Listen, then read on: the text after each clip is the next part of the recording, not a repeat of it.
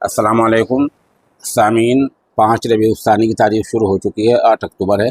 ख़बर का उन्वान है हरियाणा और जम्मू कश्मीर में आज इलेक्शन का क्या रहा है। दरअसल हरियाणा में जब सुबह 9-10 बजे सुन रहे थे कि कांग्रेस की लहर चल रही है, हवा लगी है और 60-65 सीटों पर आगे बताया जा रहा था। दोपहर होते तो कांग्रेस पीछे हो गई है और कांग्रेस के पास अब जो सीटें हैं वो 38 या 39 हैं, जबकि बीजेपी के पास 48 सीटें हरियाणा में आ गई हैं और वहाँ जो बहुमत अक्सरियत है वो 40 और 46 पे है। इसका मतलब ये है कि बीजेपी की सरकार बनना तकरीबन तय हो गई है। अलबत्ता आम आदमी पार्टी को वहाँ कुछ नहीं मिला है। उधर मेवात के बता दें कि मेवात में तीनों सीटें पर कांग्रेस पार्टी के उम्मीदवार जीत गए हैं, जनाब आफ्ताब अहमद नूह से, और इधर मोहम्मद इलियास साहब और उधर ममन खां।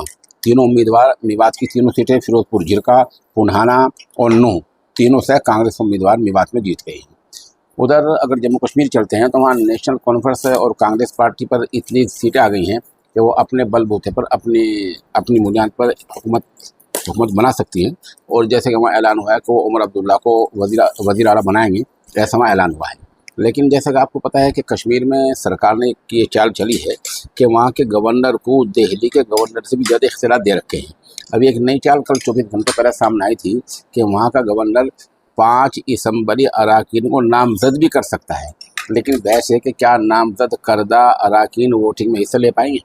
ये एक बहस तरफ सवाल है, इसलिए गवर्नर इससे पीछे हटे हैं।